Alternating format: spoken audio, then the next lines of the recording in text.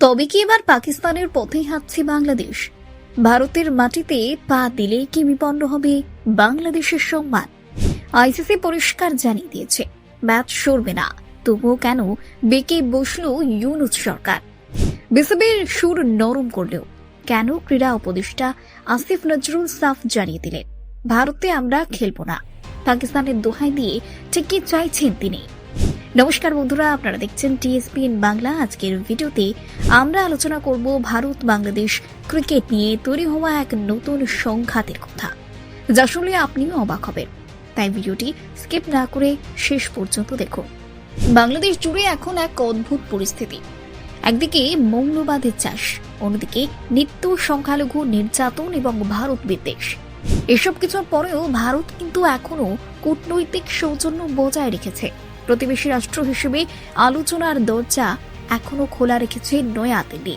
পাকিস্তানের সঙ্গে ভারতের যেমন সব সম্পর্ক বন্ধ, বাংলাদেশের ক্ষেত্রে কিন্তু ভারত তেমনটা করেনি। কিন্তু মনে হচ্ছে বাংলাদেশ নিজেরাই উঠে পড়ে লেগেছে নিজেদের পাকিস্তানের পর্যায়ে নামিয়ে আনতে। ভারতে খেলতে না আসার জন্য তারা এখন তাদের বন্ধু দেশ পাকিস্তানকে ঢাল হিসেবে ব্যবহার করছে। তাদের সোজা যুক্তি, পাকিস্তান যদি ভারতে খেলতে না এসে ছাড় পায় তবে বাংলাদেশ কেন পাবে না? মঙ্গলবার রাতেই আইসিসি কিন্তু বিসিবিকে তাদের সিদ্ধান্ত সাফ জানিয়ে দিয়েছে। আইসিসি স্পষ্ট বলেছে বাংলাদেশের ক্রিকেটারদের জন্য ভারতের সর্বোচ্চ নিরাপত্তার ব্যবস্থা করা হবে, কিন্তু ভারত থেকে ম্যাচ অন্য দেশে সরানো কোনোভাবেই সম্ভব নয়। আইসিসির এই কড়া চিঠি পাওয়ার পর বিসিবি কিছুটা ভয় পেয়ে হয়তো সুর নরম করেছিল। বোর্ড বিবৃতি দিয়ে জানিয়েছিল যে তারা বিশ্বকাপে যোগ দেওয়ার বিষয় একটা বাস্তবসম্মত সমাধান চায়। আইসিসির সঙ্গে পেশাদার এবং গঠনমূলক আলোচনার মাধ্যমেই তারা এগোতে চায়। অর্থাৎ বিসিবি মেনে নিয়েছিল যে নিরাপত্তা পেলে তারা খেলবে, কিন্তু গল্পের আসল টুইস্ট আসে এরপরে। বিসিবির এই নরম সুর একদমই পছন্দ হয়নি বাংলাদেশের ইউনূস সরকারের। খবর পাওয়া মাত্রই বিসিবির সভাপতি আমিনুল ইসলাম বুলবুল এবং বোর্ডের শীর্ষ কর্তাদের জরুরি তলব করেন বাংলাদেশের ক্রীড়া উপদেষ্টা আসিফ নজরুল। বোর্ড কর্তাদের সঙ্গে রুদ্ধদ্বার বৈঠকের পর আসিফ নজরুল বেরিয়ে এসে যা বলে তাতে তোলপাড় পড়ে গেছে। তিনি সাফ জানিয়ে দিলেন, বিসিবি যাই বলুক, বাংলাদেশ কোনোভাবেই ভারতে বিশ্বকাপ খেলতে আসবে না। আসিফ নজরুল স্পষ্ট ভাষায় বলেছে, আমাদের ক্রিকেটারদের নিরাপত্তা, বাংলাদেশের নিরাপত্তা এবং সবথেকে বড় কথা বাংলাদেশের মর্যাদা, এটার প্রশ্নেই আমরা কোনো আপোষ করব না। তিনি আরো বলেন, আমরা ক্রিকেট খেলতে চাই, বিশ্বকাপও খেলতে চাই, কিন্তু সেটা ভারতে নয়।